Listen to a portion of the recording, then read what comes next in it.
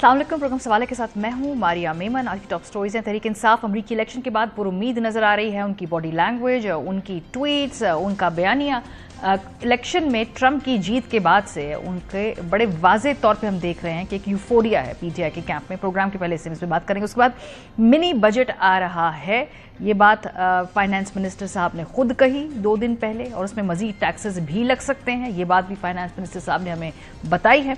हुकूमत की प्रायोरिटीज़ क्या है, प्रोग्राम के दूसरे हिस्से में इस पर भी बात करेंगे। आखिर में जदीद दौर का जदीद मीडिया अब सोशल मीडिया है। अमेरिका के इलेक्शन को अगर हम कहें कि सोशल मीडिया ने तने तनहा ट्रंप की जीत में किरदार अदा किया है, तो ये कहना गलत नहीं होगा। प्रोग्राम का आगाज करते हैं। तहरीक इंसाफ के लोगों से अगर आप बात करें तो वो ऑन द रिकॉर्ड तो इस बात को कंफर्म नहीं करेंगे, लेकिन ऑफ द रिकॉर्ड ट्रंप की जीत के बाद से उनकी जो सियासी बयानियाँ हैं, उनकी जो बॉडी लैंग्वेज है, उनकी जो ट्वीट्स है, उनके जो बयानात हैं, वो बदले बदले से हैं। एक ऑप्टिमिज्म आपको नजर आता है। वो अब जो ऑन एयर बयानात देते हैं उसमें बड़ा केयरफुली क्राफ्ट करते हैं अपने आर्ग्यूमेंट को, और कहते हैं कि नहीं नहीं, पाकिस्तान एक सॉवरेन मुल्क है, किसी और मुल्क के दाखिली मामले के अंदर किसी को इजाज़त नहीं दी जानी चाहिए कि वो इंटरफेयर करे। लेकिन आपको बज़ाहिर बड़ा वाज़े तौर पे नज़र आता है कि वो कुछ ना कुछ इस मामले के बाद से रिलीव्ड है कि कहीं ना कहीं जो बाइडेन एडमिनिस्ट्रेशन की पुरानी पॉलिसी थी उसमें तब्दीली आएगी। कुछ लोग तो ऑन एयर भी मान रहे थे, कुछ लोगों ने ऑन एयर बयानात भी दिए तहरीक इंसाफ से ताल्लुक़ रखने वाले लोगों ने, वो भी सुन लीजिए। डोनाल्ड ट्रंप से हमें यही उम्मीद है कि जब वो पाकिस्तान के बारे में बात करेंगे तो इमरान खान के बारे में भी बात करेंगे। एक अच्छा रिलेशन था उनका as a prime minister president US के साथ। ट्रंप साहब उनको खुद फोन करते थे, उसके साथ एक अच्छा ताल्लुक था उनका, जिस तरह दोस्ती का या दो तरफा ताल्लुक होता है। जायसवाल ने जब एंगेज किया है ट्रंप साहब और उनकी जो टीम के साथ, तो उनको ये यकीन दहानी कराई गई है कि पाकिस्तान में जो ह्यूमन राइट्स की स्टेट है और इमरान खान की जो स्टेट है वो हमारी टॉप प्रायोरिटीज में से होगी हुकूमत में आने के बाद। तहरीक इंसाफ को बयानियां बनाना आता भी है और डिबेट आगाज करने का हुनर भी उनको आता है, और हुकूमत सिर्फ रिएक्ट करती रह जाती है। इस मामले के ऊपर भी हम देखें तो इसकी चैटर शुरू हुई तहरीक इंसाफ के यूफोरिया से, उनकी बातों से, लेकिन हुकूमत लगता है कि उसके बाद एक पैनिक मोड के अंदर आ गई है। बहुत अग्रेसिवली वो रिएक्ट कर रही है पीटीआई के दावों के ऊपर, और कह रहे हैं कि जी ऐसी कोई बात नहीं है, किसी और मुल्क की मुदाखलत नहीं हो सकती, कोई फ़ोन कॉल आएगी तो हम देख लेंगे। यहाँ तक कि कुछ जिम्मेदार वफाकी वुज़रा उन्होंने अपनी इस ऑफिशियल पोजीशन के होते हुए भी अमेरिका के आने वाले ट्रंप जो सदर हैं उनके हवाले से बड़े आगे जाकर स्टेटमेंट्स भी दे दी। राना सनाउल्लाह साहब और ख्वाजा आसिफ साहब की मैं गुफ्तगू कर रही हूँ। हुकूमत की जो थोड़ी सी घबराहट है वो नज़र आ रही है उनकी लैंग्वेज में, उनके बयानात में, ये भी मुलाहिजा कीजिए। उन्हें पाकिस्तान का इमरान खान कहा जाए या इमरान खान को अमेरिका का ट्रंप कहा जाए, इन दोनों में काफ़ी आदतें जो है वो मिलती हैं। झूठ बोलना, हट दर्मी करना, दूसरों का मजाक उड़ाना, अपनी बात को मनवाने के लिए गैर कानूनी हथकंडे अपनाने की हद तक जाना। ये भी ऑप्शन ट्राई की जा रही है कि बैरूनी ममालिक हैं, उनको ये खुद कह रहे हैं कि पाकिस्तान को इन्फ्लुएंस करो कि इमरान खान को रिहा हो के फलां मुल्क भेजते हैं, फलां मुल्क भेजते हैं, और वो मुल्क जो उनको रिसीव करने पर तैयार है। ये मामला सारा शुरू हुआ जब जुल्फी बुखारी साहब ने ट्वीट की और कुछ गुफ्तगू की, और उस हवाले से फिर अखबारात में उसको रिपोर्ट किया गया जैसे जुल्फी बुखारी साहब अमेरिका जा रहे हैं और अब बजाते खुद वो डोनाल्ड ट्रंप से इस हवाले से बातचीत करेंगे, चूँकि वो एक क्लोज एलाय हैं इमरान खान साहब के, उनके ताल्लुकात हैं ट्रंप एडमिनिस्ट्रेशन में, तो वो एक पुल का किरदार अदा करेंगे। जब पूछा गया जैसर कैसर साहब से, जी क्या ये सच है कि आप तहरीक इंसाफ बाकायदा अब अमरीकी सदर से रब्ता करेगी तो उसको ऑफिशियल पॉलिसी समझी जाए आपकी? उन्होंने कहा जी मिसकोट किया गया है, हाँ अगर किरदार अदा करना पड़ा तो करेंगे, लेकिन फिलहाल अभी कोई इम्कानात नहीं है।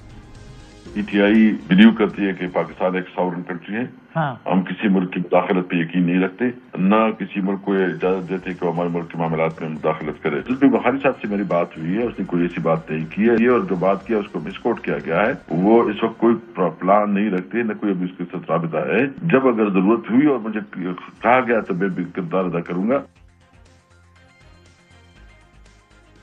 प्रोग्राम के पहले से में हामिद मीर साहब हमारे साथ मौजूद हैं, नसीम जहरा साहब हमारे साथ मौजूद हैं, सीनियर सहाफ़ी हैं। पाकिस्तान की सियासत में गुज़श्ता कई दहाइयों से किस तरह बदलते हैं हालात, उस पर नज़र रखी हुई है। इससे पहले भी क्या पाकिस्तान के अंदर बैरूनी ताकतों की सियासी मुदाखलत नहीं हुई, ये भी एक हमारे सामने हिस्ट्री पूरी डिक्लेयर्ड है, इस पर भी बात करेंगे। मीर साहब आपसे आगाज़ करते हैं कि इस वक्त हुकूमत थोड़ी पैनिक मोड में नज़र आ रही है। हमने राना सनाउल्लाह साहब के बयान देखें, ख्वाजा साहब के बयान देखें, क्या ये उनका जो परेशानी या घबराहट है ये जायज़ है, या ये वैसे ही सियासी बयानी का जवाब चूंकि सियासी बयानी से देना है तो इसलिए वो ये बात कर रहे हैं? शुक्रिया बहुत बहुत। देखें, ये पैनिक जो है ये अभी तो शुरू नहीं हुआ, ये पैनिक काफ़ी दिन पहले शुरू हो गया था। और जो सुप्रीम कोर्ट के अंदर एक और आईनी बेंच बनाया गया है 26वीं आईनी तरमीम के ज़रिए, और फिर कुछ और जो फैसले हुए हैं, आर्मी चीफ की मुद्दत मुलाजमत में इजाफा हुआ है, तो मेरा ख्याल है ये सारी जो है ये इसी चीज़ की पेशबंदी थी। अमेरिकन इलेक्शन का जो रिज़ल्ट है वो सबको पता था कि ट्रंप साहब जो हैं वो उनके जीतने के इम्कानात काफ़ी ज़्यादा हैं, तो उसी को मेरा ख्याल है कि पेशबंदी की गई और प्रिकॉशनरी मेजर्स लिए गए, और काफ़ी सारे काम जो हैं वो 26th अमेंडमेंट के ज़रिए किए गए हैं। और अब एक मैसेज दिया जा रहा है through defence minister and some other ministers कि जनाब हम जो है वो कोई डिक्टेशन लेने के लिए तैयार नहीं है। लेकिन इसके साथ ही साथ इसका एक दूसरा पहलू भी है, और वो ये है कि पाकिस्तान तहरीक इंसाफ की जो क़यादत है वो भी हमें थोड़ी सी डिफेंसिव नज़र आ रही है। कुछ रहनुमा जो हैं लाइक लतीफ़ खोसा साहब, वो तो खुल्लम खुल्ला ये कह रहे थे कि अगर ट्रंप साहब जीतेंगे तो इमरान खान साहब की रिहाई के इम्कानात बढ़ जाएंगे। लेकिन कुछ ऐसे भी हैं जो ये तासुर दे रहे हैं जी कि हमें कोई फ़र्क नहीं पड़ता और हमें ट्रंप से कोई उम्मीद नहीं है। लेकिन असल बात यही है कि ट्रंप साहब जो हैं उनकी जो इलेक्शन कैंपेन थी उसमें जो अमेरिकन पाकिस्तानीज़ हैं, ख़ास तौर पे जो तहरीक इंसाफ के जो लोग हैं, उन्होंने काफ़ी लॉबिंग की, उनको सपोर्ट किया, और उनके जीतने पर वो पीटीआई वाले हमें बड़े खुश नज़र आ रहे हैं। और अगर पीटीआई वाले खुश नज़र आ रहे हैं तो यकीनन हुकूमत में भी आपको परेशानी नज़र आ रही है। लेकिन हुकूमत अपनी परेशानी को इस तरह छुपा रही है कि वो ये तासुर दे रहे हैं जी कि अगर फिर हम पर अमेरिका से प्रेशर आएगा इमरान खान के लिए तो हमें तो बड़ा फ़ायदा होगा। हम फिर ये कहेंगे कि देखें जी ये तो कहते थे कि हम किसी के गुलाम नहीं हैं, लेकिन अब ये हमें अमेरिका से प्रेशराइज करवा रहे हैं। सही। तो हुकूमत जो है वो बिल्कुल प्रिकॉशनरी मेजर्स ले रही है और पैनिक में नजर आ रही है। और ये जो मशवरे भी नसीम साहिबा दिए जा रहे हैं कि अगर हुकूमत इनकार कर देगी तो फिर वो एक सियासी शहीद भी बन सकती है, उनके सियासी बयानिए में एक जान भी पड़ सकती है, तो क्या आपको लगता है कहीं ना कहीं उसका अभी से आगाज कर दिया है? मैं तो देख रही हूँ इतने अग्रेसिव है कि एक्चुअली वजीर दिफा और वो राना सनाउल्लाह साहब, उन्होंने तो ट्रंप साहब की शान के अंदर काफी कलमात भी कह दिए। हालांकि सियासी तौर पे अगर आप कोई स्टेटमेंट दे उसमें डिफरेंस है, अगर आप बतौर वजीर ये स्टेटमेंट दे तो डिप्लोमेटिक एक प्रॉब्लम हो सकती है आपके लिए, लेकिन बहरहाल वो अभी से आपको लग रहा है आहिस्ता आहिस्ता आहिस्ता आहिस्ता वो नैरेटिव बना रहे? मेरा ख्याल है इसमें Maria, thank you very much for having me on your show. एक तो ये बात कि देखें ये एक चीज है जो इनएविटेबल हो जाती है, क्योंकि पाकिस्तान की सियासत में हमने देखा है कि बहुत से मामलात जो हैं, बहुत सी सियासत जो है वो बातचीत में आगे पीछे, rhetoric, attacking each other, the words become more important than actions and policies, and we are seeing that consistently बहुत से मामलात पे। इसी तरीके से हम देख रहे हैं कि पीटीआई ऑब्वियसली बड़ी प्रोएक्टिवली इस मामले पर फोकस किए हुए थी कि जी when ट्रम्प कम्स इन तो फिर उसका हमें फायदा होगा। और हमने ये देखा कि मैं बात करी थी वहां लोगों से अमेरिका में कि बहुत एक 6-7 महीने पहले पीटीआई जो डायस्पोरा वो 95 if not 99% is pro Imran, और उन्होंने बड़ी सिस्टमैटिकली इस पर काम किया 7-8 महीने पहले, जब उनको एक सेंस हुआ कि डेमोक्रेट्स तो नहीं करेंगे, बाइडेन का सब के सामने था। फिर इन्होंने बाकायदा एक सिस्टमैटिक तरीके से अपनी जहां जहां इनके लिए मुमकिन था इन्होंने कंट्रीब्यूशन की। फिर they gained access to Donald Trump, और एक वीडियो चल रही है, मालूम नहीं आपने देखी या नहीं, जहां डोनाल्ड ट्रंप, जाहिर इमरान खान से उनकी ऐसी तो कोई दोस्ती नहीं कि 2 साल से वो उनके साथ कांटेक्ट में, not at all. In fact आप ये देखेंगे कि कुछ दिन पहले वो एक वीडियो में वो किसी से पूछ रहे हैं कि अच्छा इमरान खान, व्हाट अबाउट इमरान खान, तो उनको बताया जा रहा है कि जी ये मामला। तो ये बड़ी एक क्लियर एविडेंस थी कि भाई ये IOU वाली रिलेशनशिप में जा रहे हैं ट्रंप के साथ, कि भाई आप हमें मदद करें। अब वो सवाल उठता है कि भाई इसमें कितनी मदद हो सकती है। तो अब जब ट्रंप आ गए हैं हुकूमत में, और ट्रंप पे तो एम्बेरसमेंट वैसे भी है, क्योंकि आपको पता है ये बहुत सी स्टेटमेंट्स भी आई कि अच्छा ट्रंप तो वो नेगेटिव लफ्ज हो गया था पाकिस्तान के सियासतदान में, और इमरान को उससे जोड़ा जा रहा था, तो उस पे भी मतलब एक वो फैक्टर है। दूसरा ये कि ये तो आप, मैं, हामिद, हर शो में ये बात हो रही है तो हुकूमत ने जवाब तो देना है, प्लस अपना प्रीएम्प्ट भी करना है। तो मेरा ख्याल है कि ये असल देखना ये है कि ट्रम्प करते क्या है। ये डिस्कशन तो जारी रहेगी कि कौन अमेरिका का दोस्त है, कौन दुश्मन है, कौन गद्दार है, कौन नहीं है। वो आप देखते ही नहीं है कि वो कहते हैं जी इमरान खान जो है ज़ायनिस्ट का एजेंट है, और हामिद एंड आई वो देयर जब इमरान खान ने रिपीटेडली कहा रिकग्निशन नहीं करनी। तो ये तो चलता ही रहता है हमारे यहाँ। और मेरा ख्याल है जो तब सारे पॉलिटिशियंस को अंदाजा भी होता है कि कैंपेन मोड के अंदर मुख्तलिफ ऑडियंस के लिए किस तरह की आप मैसेजिंग कर रहे हैं, तो वो हर चीज को पर्सनली और सीरियसली नहीं लेते। जो टैग कर करके बता रहे हैं जी कि माजी के बयानात, ये सबको मालूम है कि पाकिस्तान की सियासत किस तरह चलती है। मीर साहब, ये बड़ा इंटरेस्टिंग एस्पेक्ट होगा कि पाकिस्तानी ट्रंप इमरान खान के साथ तो हुकूमत जाहिर सी बात है जो PMLN और पीपल्स पार्टी के रिलेशन हमें पता है, लेकिन जो ओरिजिनल ट्रंप हैं उनके साथ वो कैसे रिलेशनशिप मेंटेन करेंगे। सवाल ये है कि पर्सनल ताल्लुकात वर्सेस सिफारती ताल्लुकात, क्योंकि इस बात पे भी गवर्नमेंट बहुत इंसिस्ट कर रही है कि रियासतों के आपस में ताल्लुकात होते हैं, वो शख्सियात के ताल्लुकात से कितने जुड़े होते हैं, शख्सियात के आपसी ताल्लुकात रियासती मामलात पे, सिफारती मामलात पे कितने असरअंदाज होते हैं। इसके बारे में अगर हम माजी से कोई मिसाल ढूंढ के एक्सप्लेन कर सकें।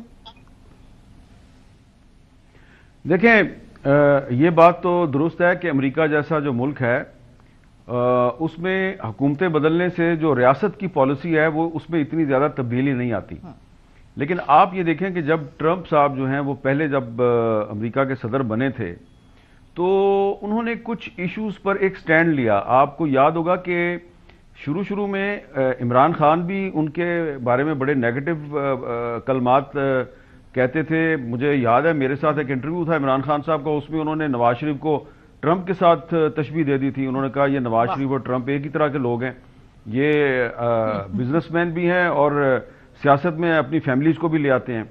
फिर वही ट्रंप थे, उन्होंने बतौर president of United states of America उन्होंने पाकिस्तान की रियासत पर एक इल्जाम लगाया कि जी ये हमारी जो इमदाद है उसका कोई हिसाब किताब नहीं है जो हमने पाकिस्तान को दिया। उसका इमरान खान ने बड़ा सख्त जवाब दिया था।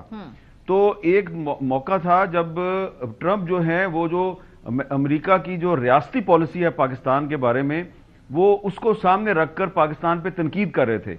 लेकिन फिर जब इमरान खान साहब का और ट्रंप का आपस में राब्ता हुआ, बीच में कुछ लोग पड़े, फिर इनकी मुलाकात हुई और फिर ट्रंप को फैसिलिटेट किया, इमरान खान ने बतौर वजीर आजम फैसिलिटेट किया दोहा एग्रीमेंट के लिए, जो अफगान तालिबान के साथ अमेरिका के जो मुज़ाकरात हुए थे उनको कामयाब बनाने के लिए इमरान खान ने बड़ा रोल प्ले किया था।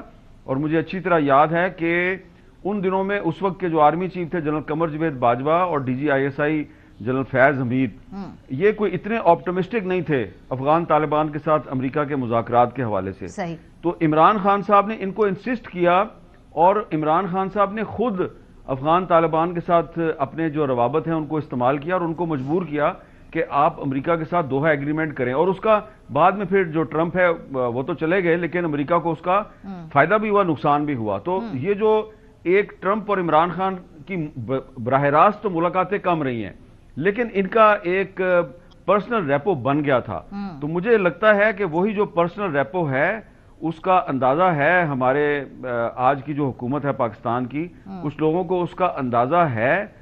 और एक और जो बात है वो ये है कि पिछले कुछ दिनों में और आने वाले कुछ दिनों में पाकिस्तान में कुछ ऐसी गैर मुल्की शख्सियात आ रही हैं जो कि पाकिस्तान की रियासत के साथ बात करेंगी कि जी आपने कुछ इंटरनेशनल कन्वेंशंस पे दस्तखत किए हुए हैं, कम से कम 27 इंटरनेशनल कन्वेंशंस हैं। सही। तो ह्यूमन राइट्स की जो वायलेशंस हो रही है पाकिस्तान में और पार्लियामेंट के अरकान जो है उनको उठाया जा रहा है, उनकी फैमिलीज के साथ जो कुछ भी हो रहा है, ये मेरे पर्सनल नॉलेज में है कि क्या क्या बातें जो है वो किन किन लोगों के साथ हुई हैं। और आने वाले दिनों में ये जो अगला हफ्ता शुरू होने वाला है मंडे से, तो और भी बहुत सी डेलीगेशन आ रहे हैं पाकिस्तान में। तो हुकूमत जो है माने या ना माने इस पे प्रेशर आएगा और सिर्फ ह्यूमन राइट्स की वायलेशंस के हवाले से नहीं आएगा। सही। इन पर अब प्रेशर जो है वो IMF के रास्ते से भी आ सकता है। ये इंटरेस्टिंग बात की आपने, पाकिस्तान पर किसी भी ये आपने इंटरेस्टिंग बात की जो प्रेशर मैं पाकिस्तान पर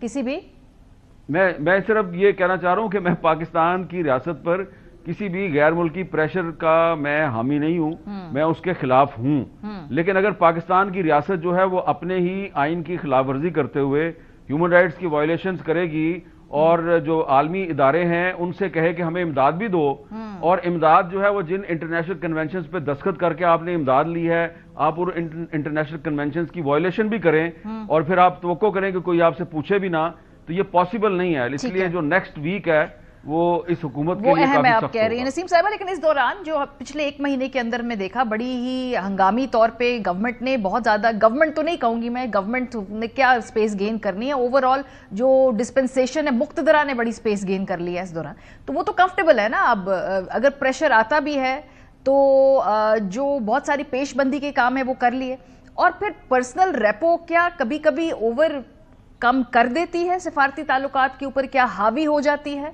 हमने देखा कि 98 में हुआ ऐसे, जब नवाज शरीफ साहब के जो ताल्लुकात थे जो बैरूनी ममालिक के सरबराह के साथ वो काम आए। खान साहब के तो है ही बड़े कम, मेरा ख्याल है पहला कोई उनका अगर जानने वाला है वो इक़्तिदार में, वरना कहीं और उनके कोई ताल्लुकात इस तरह के अभी बाकी रहे नहीं है। तो क्या ये हावी आ जाया करते हैं रियासतों के अमूर पे? जी मेरा ख्याल है कि डिपेंड इस पे करता है, वही बात है कि अमेरिका में क्या हो रहा होगा, किस हद तक जो पाकिस्तानी पीपैक बनी है, जो ये लोग मुतहर्रिक हुए हैं, किस हद तक इनको एक मिलता है लिंक टू ट्रम्प, और कौन ट्रम्प किन को अपॉइंट करता है। क्योंकि अगर ऐसे लोग अपॉइंट होंगे जिनका, अब आपने देखा कि एक और दिलचस्प बात देखी हमने कि तारर साहब जो ट्रम्प के स्पोक्समैन थे, वो तो आके हर चैनल पे कह रहे थे, बड़ी अनयूजुअल बात थी, वो सब पूछते थे उनसे, अच्छा जी इमरान खान, तो कहते थे इमरान खान ट्रम्प की पुप्पी का बेटा तो नहीं है, इमरान ये कोई भाटी गेट की सियासत तो नहीं है।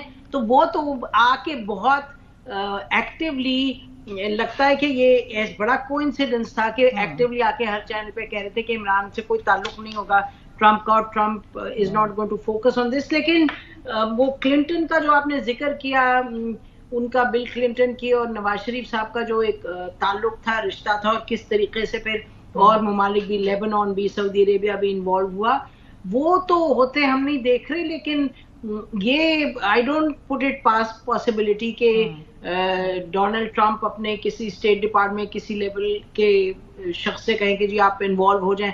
अभी जो हामिद बयान कर रहे हैं कि जी आएंगे लोग, प्रेशर डालेंगे, तो उसमें इमरान खान के हवाले से क्या, ये अभी आप देखिए ना जो पीटीआई के लोगों के साथ, उनके खानदान के साथ होता है ऑन एंड ऑफ, हम देख रहे हैं, ये चीजें भी उठाई जा सकती हैं। और उसी में फिर इमरान खान के जो उनकी हवाले से जो मामलात हैं कि जिनको जेल से निकाल रहे हैं, ये मेरा ख्याल है कि जो आप बात करती है ना कि क्या जो रियासत के मामलात हैं, जो हुकूमत के हैं, वो पर्सनल किस हद तक इम्पैक्ट करते हैं, ये मेरा ख्याल है अभी हमें इसका पूरा अंदाजा नहीं है। मारिया के जो ट्रम्प हैं इस वक्त जो प्रेसिडेंट बन रहे हैं, ही इज अनप्रेसिडेंटेडली पावरफुल। ठीक बात, ये नहीं, इनके पास ना कांग्रेस और सेनेट एग्जीक्यूटिव, उससे हट करके जो ट्रम्प की पर्सनैलिटी है, Trump is very unusual. Trump is going to be like an emperor. आप ये याद रखें कि ये आम नहीं होंगे प्रेसिडेंट,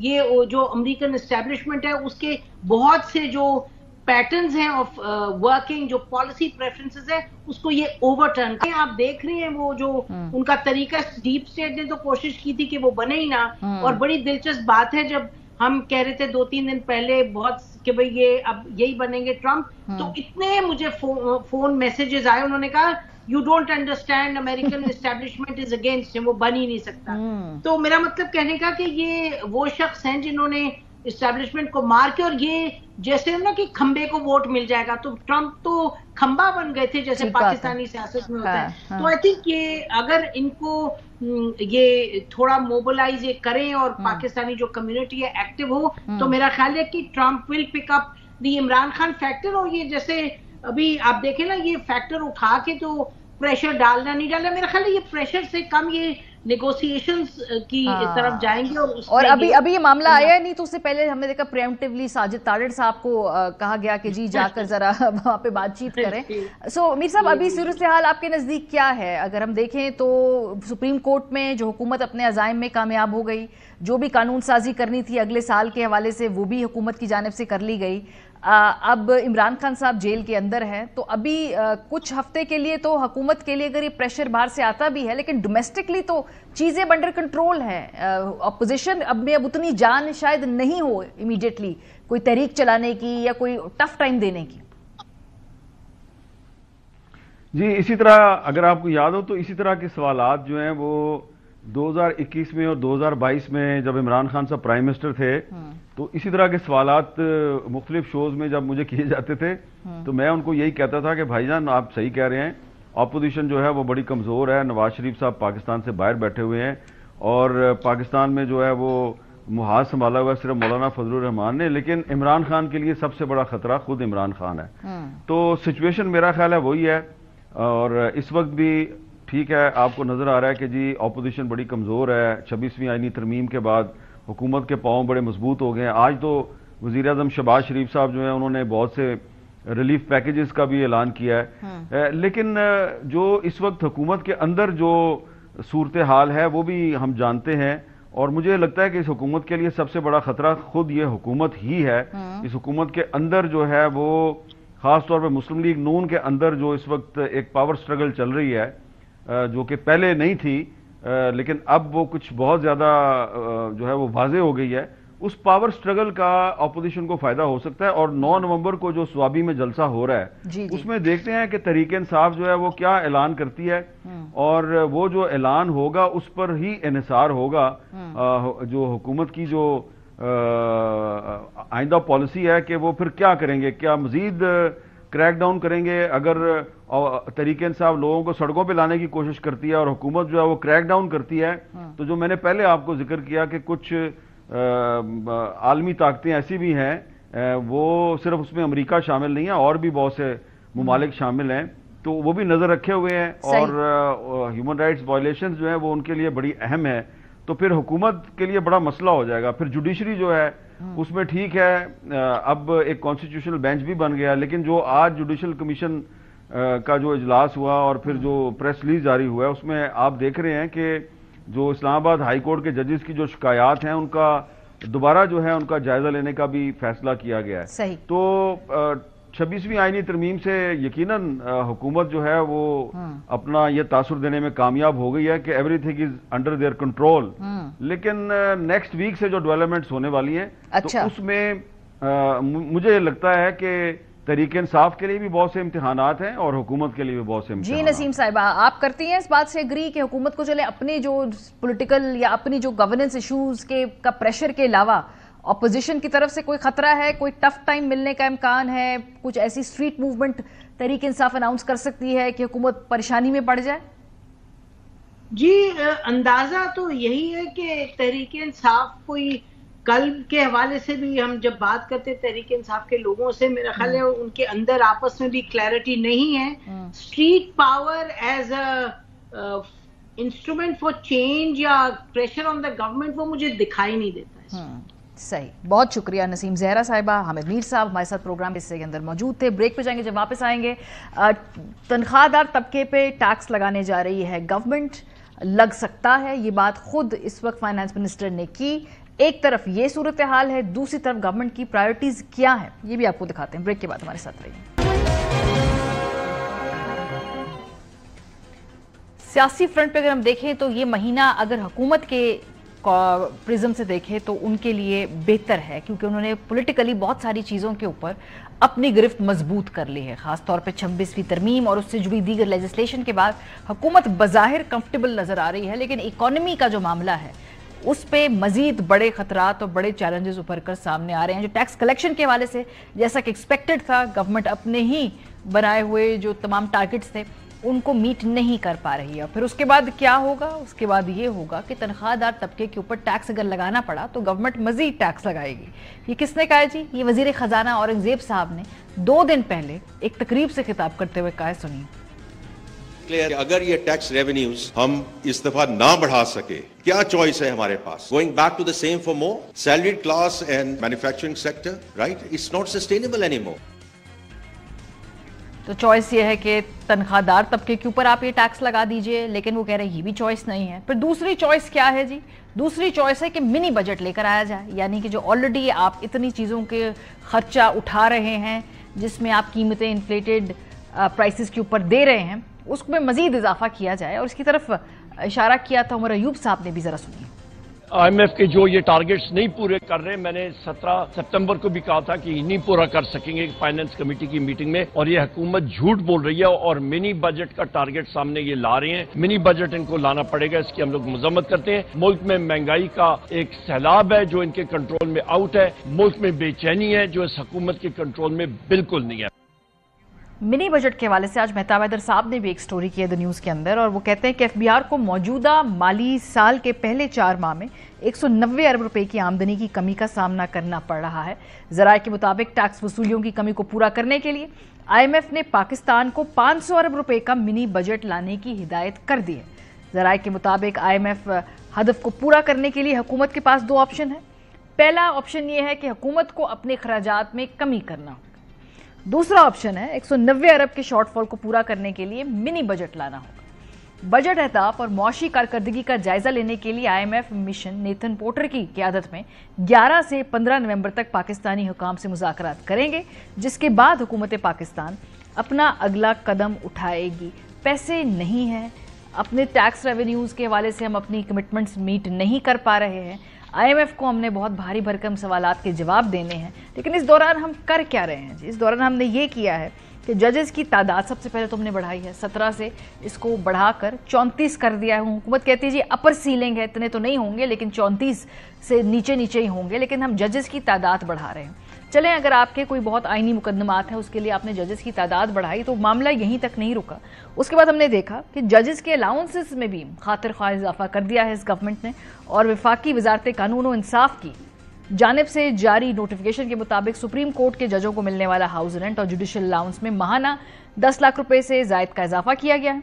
हाउस रेंट में इजाफा हुआ है, माहाना 2,82,000 का इजाफा करके 68,000 से बढ़ाकर 3.5 लाख कर दिया गया है। सुप्रीम कोर्ट के जजों के जो जुडिशल अलाउंस में माहाना 7 लाख का इजाफा करके 3 लाख से बढ़ाकर 10 लाख कर दिया गया है। यानी जो पहली ऑप्शन है कि हुकूमत अपने खर्चे कम करे, वो तो होता हुआ हमें दिखाई नहीं दे रहा। दैट्स आउट ऑफ क्वेश्चन, क्योंकि जब आपने इस तरह का डिस्पेंसेशन को चलाना हो तो फिर उसमें सब लोगों के लिए आपने कोई ना कोई जगह रखनी होती है, और ये हम देख रहे हैं कि अपने खर्चे हुकूमत कम नहीं करेगी। फिर दूसरा मिनी बजट का ही ऑप्शन रह जाएगा। शहबाज राना साहब हमारे साथ मौजूद है, बहुत शुक्रिया शहबाज में ज्वाइन करने के लिए। ये जो बात कर रहे हैं वजीर खजाना साहब के, फिर तनख्वाहदार तबका वाला ही ऑप्शन है, चॉइस है, सीरियस तो नहीं है ना? क्या मजीद तो टैक्स नहीं हम पे लगाने लगे तनख्वाहदार लोगों पे?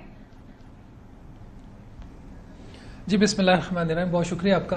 नहीं, मेरा ख्याल है कि फाइनेंस मिनिस्टर ने जिस कॉन्टेक्स्ट में ये बात की है वो ये कॉन्टेक्स्ट है कि ये जो तनख्वाहदार तबका है और बाकी जो मैन्युफैक्चरिंग सेक्टर है, इसके ऊपर हम कितना बोझ डालेंगे। पहले ही इनके ऊपर हम काफी बोझ डाल रहे हैं, तो फिर वापस उनके पास जाने की हमारे पास अब ऑप्शन नहीं है। ये उस कॉन्टेक्स्ट में बात कर रहे हैं जो कि वो जून से कर रहे हैं। बट मैं यहाँ पे 2 बातें करूंगा। नंबर 1, जिस दिन पोस्ट बजट प्रेस कॉन्फ्रेंस थी और मैंने वजीर खजाना साहब से सवाल पूछा कि आपने इतने हैवी टैक्सेस पाकिस्तान की तारीखें लगा दी हैं पहली दफा, इसके बावजूद कि आप हमें गारंटी देंगे कि मिनी बजट नहीं आएगा, तो उसके ऊपर फाइनेंस मिनिस्टर ने रिएक्ट किया था, बिटरली रिएक्ट किया था। वो रिकॉर्ड के ऊपर चीज है, तो वो आपके सामने चीज आ गई कि मिनी बजट के अलावा इनके पास कोई नाराज हो गए तो, लेकिन अब हालात जो है वो सबके सामने है। दूसरी चीज जो है, आपने पूछा कि क्या तनख्वाहदार तबके के साथ कुछ ऐसा तो नहीं हो रहा। सैलरीड पर्सन जो है ना वो 2 किस्म की तनख्वाह लेते हैं। एक जो मंथली उनकी इनकम होती है, फिर एक कुछ होती है सैलरीड आपकी जो कॉन्ट्रैक्ट बेस्ड होती है, जो सर्विस प्रोवाइडर्स की कैटेगरी में आ जाती है।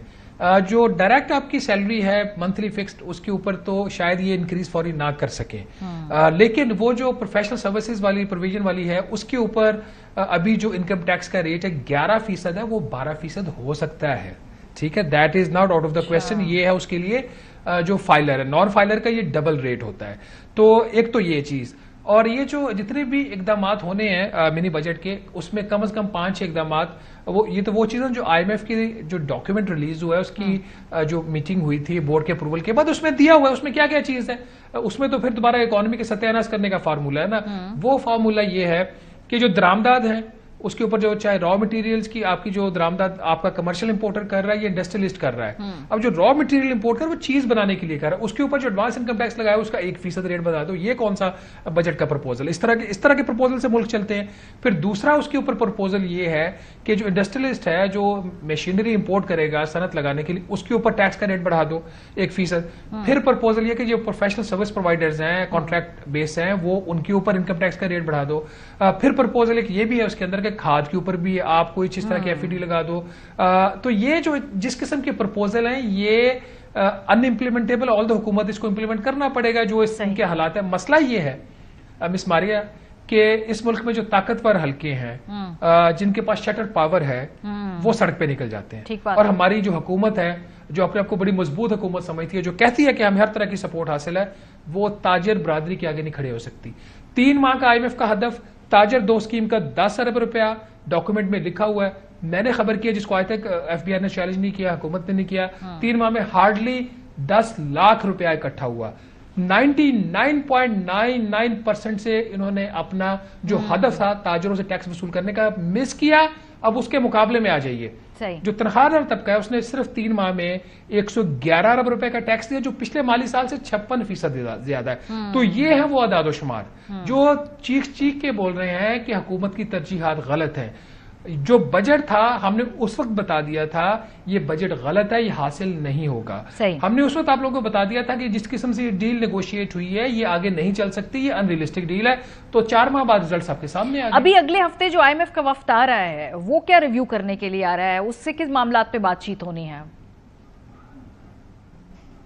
मिस मारिया उसमें भी ये जो इनका डेलीगेशन आ रहा है 11 से लेकर 15 नवंबर तक का, ये स्केड्यूल में नहीं था। अच्छा। जो IMF का डॉक्यूमेंट जिसको मैं बार बार रेफर कर रहा हूं ताकि लोग हमारे जाके जो आपको देख रहे हैं सुन रहे हैं वो पढ़ें जाके, वो डॉक्यूमेंट फाइनेंस मिनिस्ट्री की वेबसाइट पे पड़ा हुआ है, IMF की अपनी वेबसाइट के ऊपर पड़ा हुआ है। उसके अंदर लिखा हुआ है जो प्रोग्राम का पहला जायजा मिशन पाकिस्तान आएगा और प्रोग्राम अप्रूव होगा वो मार्च 15 के आसपास होगा, 15 मार्च 2025, विच मीन्स के अराउंड जो है आपका फरवरी के करीब IMF का मिशन पाकिस्तान आना चाहिए। अब जो डेवलपमेंट्स हुई हैं पहले 3 माह में, और खासतौर पर IMF का प्रोग्राम तो 25 सितंबर को अप्रूव हुआ है, उन डेवलपमेंट्स की रोशनी में अगर आप देखें टैक्स रेवेन्यू का हदफ FBR का 3 माह का जो है वो इन्होंने मिस किया तकरीबन 90 अरब रुपए से, और जो 4 माह का था 190 अरब रुपए से कर दिया, और ये आगे सिलसिला रुकेगा नहीं। ताजरों से 10 अरब रुपया लेना था 10 लाख लिया। फिर इसी तरीके से एक और जो था चारों सूबाई हुकूमतों ने प्रोविंशियल कैश सरप्लस देना था कुछ 342 अरब रुपए का, पंजाब का आ गया खसारा एज पर दी वजारत खजाना, ये अपने फिगर नहीं दे रहा, वजारत खजाना की समरी रिलीज हुई है। 160 अरब का पंजाब हुकूमत ने खसारा किया। प्रोविंशियल कैश सरप्लस का हदफ हासिल नहीं हुआ। ऑल दो अज़मा बुखारी साहिबा ने इसके ऊपर प्रेस कॉन्फ्रेंस की, उन्होंने कहा नहीं जी हमारे नंबर्स ठीक है। बहरहाल अज़मा बुखारी जाने और IMF जाने, नहीं और IMF जाने, ये बड़ा इंटरेस्टिंग डायलॉग होगा। बिल्कुल, क्योंकि ये हमने तो अपनी तरफ से कोई नंबर नहीं दिया। अब इसके साथ ही 30 सितंबर को इन्होंने नेशनल फिस्कल पैक्ट साइन करना था जिसमें कुछ जो जिम्मेदारियां थी अखराजात की वो वफाक से सूबों को जानी थी। वो साइन तो हुआ, डाइल्यूटेड। अब उसमें निकाला क्या गया और रखा क्या गया? एजुकेशन के जो खर्चे हैं वो सूबे लेने के लिए तैयार होंगे वक्ती तौर पर। 2 और बड़े जो खर्चे थे जिसमें आपका सोशल प्रोटेक्शन प्रोग्राम है जिसका मतलब है बेनिफिट इनकम सपोर्ट प्रोग्राम, 600 अरब रुपया इस साल का है, वो भी था कि वो भी सूबों को जाएगा, वो उसमें नहीं है। फिर उसके अंदर एक और चीज ये थी कि जो तरक्याती स्कीमें हैं वो सूबों को ट्रांसफर होगी। उसमें लिखा कि सूबों को ट्रांसफर तो होंगी लेकिन नेशनल इकोनॉमिक काउंसिल की मंजूरी से होंगी, मतलब सिंध नहीं मानेगा वहां पे। फिर एक और उसके अंदर चीज ये थी कि जो हुकूमत का साइज कम होना, हजम, जो अभी आप भी बात कर रही थी अखराजात की जजेस के हवाले से, उसमें साइज राइट साइजिंग के लिए भी उसके अंदर नेशनल फिस्कल पैक्ट में शामिल था, उसमें भी डाल दिया गया। या काउंसिल ऑफ कॉमन इंटरेस्ट मंजूरी देगी या नेशनल इकोनॉमिक काउंसिल देगी, ना होने वाली बात है। क्यों? क्योंकि चारों सूबाई हुकूमतों को एक टेबल पे बिठा के कंसेंसस करवाना मुश्किल है। प्रॉब्लम खैबर पख्तूनख्वा नहीं है, यहाँ पे प्रॉब्लम आ रहा है इनको सिंध और पंजाब से। सही, ये बहुत इंटरेस्टिंग बात आपने हमें बताई। बहुत शुक्रिया शहबाज राना, आप हमारे साथ मौजूद। इस वक्त जो IMF का वफ्द आ रहा है ये अनयूजुअल वफ्द है शहबाज साहब के मुताबिक। अब वहाँ पे क्या गुफ्तगू होगी, क्या बातचीत होगी, बार बार IMF इस बात पे जोर दे रहा है कि अपनी हुकूमतों के साइज छोटे करने हैं, हुकूमत ने जो अपना बिल है उसको कम करना है। लेकिन जाहिर सी बात है जब इस तरह की कोलिशन गवर्नमेंट बनाते हैं जो वीक कदमों के ऊपर खड़ी होती है, फिर आपको मुख्तलिफ जो इसमें स्टेक होल्डर्स हैं उनको ओब्लाइज भी करना होता है, उनको इंसेंटिवाइज भी करना होता है, और वो बजट कट करने से नहीं होता है, और उसके हमें नताइज नज़र आ रहे हैं। तो अगर सियासी तौर पे जितना भी ग्राउंड गेन कर लिया गवर्नमेंट ने, फाइनेंशियली और इकोनॉमिक्स के हवाले से अभी उनके लिए ख़तरा टला नहीं है। ब्रेक पे जाएंगे, जब वापस आएंगे लेगेसी मीडिया ने पाकिस्तान के इलेक्शन के अंदर उसका किरदार देखें और अब अमरीकी इलेक्शन के अंदर किरदार देखें। बहुत अहम सवालात उठे हैं जो मीडिया को खुद ही इंट्रोस्पेक्शन करनी होगी, उसके जवाब खुद ही देने होंगे। ब्रेक के बाद जरा उस पर बात करेंगे कि वो कौन से सवालात हैं और अमरीकी मीडिया इस हवाले से खुद अपना मुहासबा कैसे कर रहा है। हमारे साथ रहिए। क्या अनोखी बात है कि दुनिया की सबसे पुरानी जमहूरियत, जिसकी तकरीबन 200 साल से ज़्यादा की हिस्ट्री है, उसका सदर एक कॉन्विक्ट है, सजा याफ्ता शख्स है। डोनाल्ड ट्रंप की दास्तान बहुत ही यूनिक है। अमेरिका के नौमुंतखब सदर ट्रंप की जो जीत की दास्तान है उसमें इतने ट्विस्ट एंड टर्न्स हैं कि इस पे एक हॉलीवुड का स्क्रिप्ट बन सकता है। डोनाल्ड ट्रंप ने तकरीबन 91 मुख्तलिफ नौइयत के इल्जामात और मुकदमात के साथ अपनी दूसरी सदारती मुहिम का आगाज किया था, जिसमें 2020 के इंतखाबात के नताइज ना मानने समेत 6 जनवरी 2021 को कैपिटल हिल पर हमले के लिए लोगों को उकसाने के इल्जामात भी शामिल थे। ट्रंप को न्यूयॉर्क में एक अदाकारा को गैर कानूनी हश रकम अदा करने पर 34 संगीन जराइम में कसूरवार पाया गया था, जिसके बाद वो पहले साबिक सदर थे जिन पर फर्द जुर्म आयद की गई और सजा सुनाई गई थी।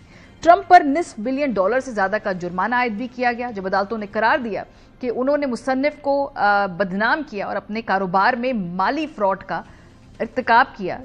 कैरल रीजीन उनका नाम था। 20 दिसंबर 2023 को रियासत कोलोराडो ने 6 जनवरी को कैपिटल हिल हमले के इल्जामात पर 14वीं तरमीम के सेक्शन 3 के तहत ट्रंप पर पाबंदी आयद कर दी थी, जिसके तहत वो अपनी रिपब्लिकन पार्टी में होने वाले रियासती इलेक्शन में हिस्सा नहीं ले सकते थे। बादज़ां 2 दीगर अमरीकी रियासतों इलिनॉय और मेन ने भी ट्रंप पर यही पाबंदी आयद कर दी थी। लेकिन 4 मार्च 2024 को अमरीकी सुप्रीम कोर्ट के 9 जजेस ने मुतफिका तौर पर यह फैसला दिया था कि अमरीकी रियासतें डोनाल्ड ट्रंप को सदारती उम्मीदवार बनने से नहीं रोक सकती और उन्हें इलेक्शन लड़ने के लिए अहल करार दिया था। इस फैसले में सुप्रीम कोर्ट का कहना था कि कोलोराडो की सुप्रीम कोर्ट से गलत तौर पर फर्ज किया गया कि रियासतें इस बात का तयन कर सकती हैं कि सदारती उम्मीदवार या विफाकी दफ्तर के लिए किसी दूसरे उम्मीदवार को वो नाअहल करार दे सकती हैं। अमरीकी सुप्रीम कोर्ट ने मजीद कहा कि ये रियासतों का नहीं, कांग्रेस का काम है कि वो ऐसे कवानीन को विफाकी दफातर के उम्मीदवारों के खिलाफ किस तरह से नाफिज करती है। सिर्फ मुकदमात ही नहीं बल्कि डोनाल्ड ट्रंप 2 कातिलाना हमलों से महफूज रहकर सदारती उम्मीदवार की कुर्सी तक पहुंचे हैं। 5 नवंबर को ट्रंप की जीत इस बात का सबूत है कि अमरीकी अवाम को कोई फिक्र नहीं है। उन्होंने ट्रंप को वोट उन पर लगे इल्जामात और मुकदमात को बालाए ताक रखकर दिया है। सिर्फ यही नहीं बल्कि इस इलेक्शन के हवाले से ये भी कहा जा रहा है कि ये रिवायती मीडिया की भी मौत है, क्योंकि तमाम पोल्स, तमाम इलेक्शन सर्वे, तमाम अखबारात ट्रंप की इतनी मार्जिन से जीत का तखमीना लगाने में नाकाम हो गए थे। सबके तज्जिए गलत साबित हो गए थे और अमरीकी मीडिया इस हवाले से खुद इंट्रोस्पेक्शन कर रहा है, खुद अपने आप से सवालात पूछ रहा है और खुद माफ़ी मांग रहा है कि वो ये नहीं पता कर पाए कि ट्रंप इतने बड़े मार्जिन से इलेक्शन जीतेंगे।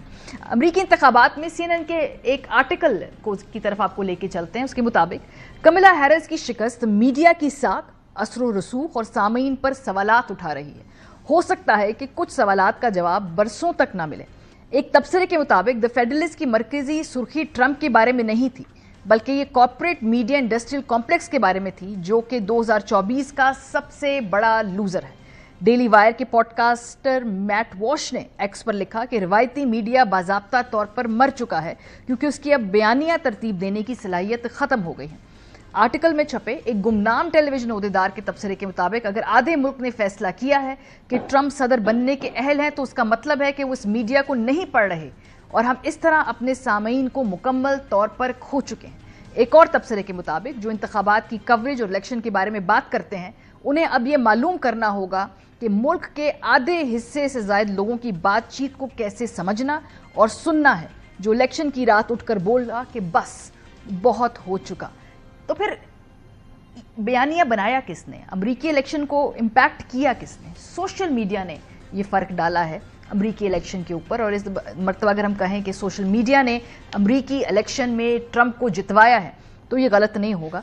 इसमें अगर हम आपको बताएं कि किसने कलीदी किरदार अदा किया, उनका बेटा है बैरन ट्रंप, 18 साल का वो लड़का है, और उसने अपने वालिद साहब को बताया कि आपको किस किस पॉडकास्ट पे जाना चाहिए, कौन कौन से टॉपिक नौजवानों के दिल के करीब हैं उस पर बात करनी चाहिए, अवाम क्या सुनना चाहती है और किन लोगों को जाकर आपको ये इंटरव्यूज़ देने चाहिए। तो उस 18 साल के बच्चे ने अपने बाप की सोशल मीडिया की कैंपेन में कलीदी किरदार अदा किया है। ये सीखने की चीज़ें हैं, ये सबको अडेप्ट करना होगा, तमाम सियासी जमातों को। और फिर जाहिर सी बात है जो लेगेसी मीडिया है उसको उस बात पे दुख हुआ कि जो उनके ख्यालात थे अवाम के ख्यालात में डिस्कनेक्ट था। और ये भी हमने देखा तजवीज़ फ्लोट की गई कि क्यों ना सोशल मीडिया को कंट्रोल किया जाए या इसको बंद किया जाए। ज़रा सुनिए। It would help if we could regulate social media, because one of the biggest offenders is DC and Congress have not been able to do one thing in regard to the rogue corporations. बहुत ही ज़्यादा striking similarities नज़र आ रही हैं इसमें कुछ बातों के ऊपर। सोशल मीडिया से वहाँ पर भी जो एक बड़ा तबका है वो तंग है और उसको कंट्रोल रेगुलेट करना चाहता है। प्रोग्राम का वक्त खत्म हो गया। अपना फीडबैक देना मत भूलिएगा। ख्याल रखिए। खुदा हाफिज़।